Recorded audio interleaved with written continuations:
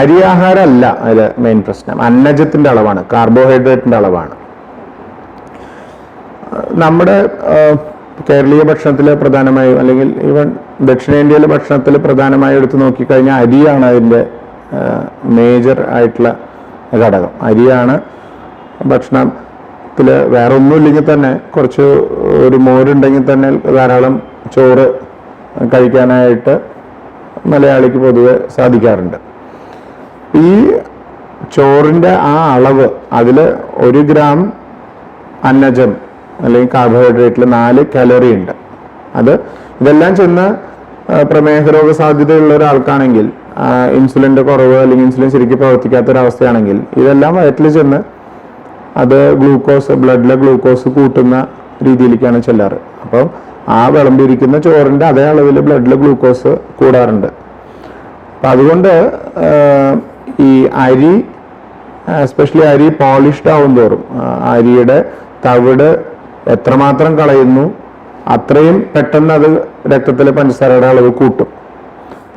തവിടോട് അത് ഈ ചോദ്യത്തിൻ്റെ വേറൊരു വശം, പല രോഗികളും അല്ലെങ്കിൽ പല ആൾക്കാരും വിചാരിക്കുന്നത് ഈ ചോറ് പലതവണ തിളപ്പിച്ച് വാർത്ത് ആ വെള്ളം ഊറ്റിക്കഴിഞ്ഞ്, സാധാരണ ചോറ് വാർത്ത് 1-2 പ്രാവശ്യം വാർക്കുന്നതിന് പകരം വീണ്ടും അതിൽ വെള്ളം ഇട്ട് തിളപ്പിച്ച് പിന്നെയും വാർത്ത് കഴിക്കുമ്പോൾ ഇത് ഗ്ലൂക്കോസ് കൂടില്ല, അത് പ്രമേഹ രോഗിക്ക് സേഫ് ആണെന്നുള്ളൊരു തെറ്റിദ്ധാരണ എങ്ങനെയോ നമ്മുടെ നാട്ടിൽ കുറേ അധികം ആൾക്കാർ വെച്ച് പുലർത്തുന്നുണ്ട്.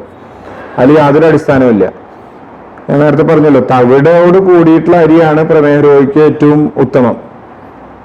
അത് എത്രമാത്രം അതിനെ കഴുകി പോളിഷ് ചെയ്ത് കളയും തോറും അത്രയും എളുപ്പത്തിൽ ഇത് ബ്ലഡിലെ ഗ്ലൂക്കോസിനെ കൂട്ടുകയേ ചെയ്യുള്ളൂ.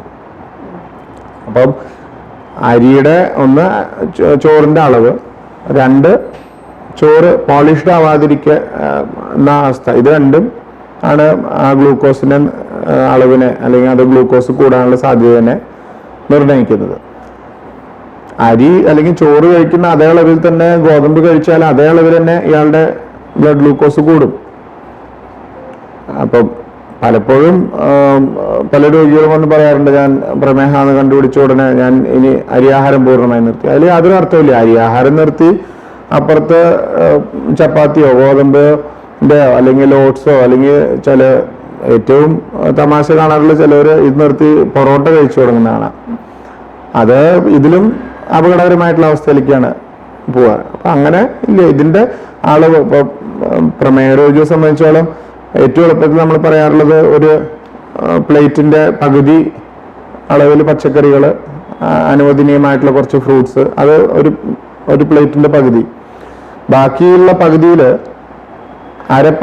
ഭാഗം, അതായത് ആ പ്ലേറ്റിൻ്റെ 1/4 ഭാഗം ധാന്യങ്ങൾ, അരിയോ ഗോതമ്പോ ഓട്സോ അല്ലെങ്കിൽ വേറെ എന്തെങ്കിലും ധാന്യങ്ങൾ, ആ 1/4 ഭാഗം. ബാക്കി 1/4 ഭാഗത്തിൽ പ്രോട്ടീൻ. അപ്പോൾ സസ്യാഹാരിയായിട്ടുള്ള ഒരാളാണെന്നുണ്ടെങ്കിൽ വെജിറ്റബിൾ പ്രോട്ടീൻ ആയിട്ടുള്ള പയറുവർഗ്ഗങ്ങൾ, സോയ, അത് പരിപ്പ്, അതെല്ലാം ഉൾപ്പെടുത്താം.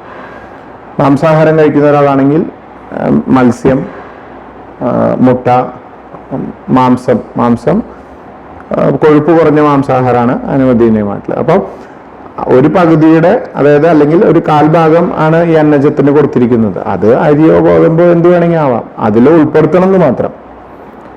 നേരെ മറിച്ച് നമ്മുടെ ഭക്ഷണ രീതി വെച്ചിട്ട് പ്ലേറ്റിന്റെ അരയോ അല്ലെങ്കിൽ 3/4 ഭാഗമോ ചോറ്, ബാക്കി ഒരു കോണിൽ മാത്രമാണ് ബാക്കി അടങ്ങിയിരിക്കുന്നത്. അപ്പൊ അവിടെയാണ് ഈ പ്രശ്നം പറ്റുന്നത്. പാവം അരിയോ ചോറിനെയോ കുറ്റപ്പെടുത്തേണ്ട കാര്യമില്ല.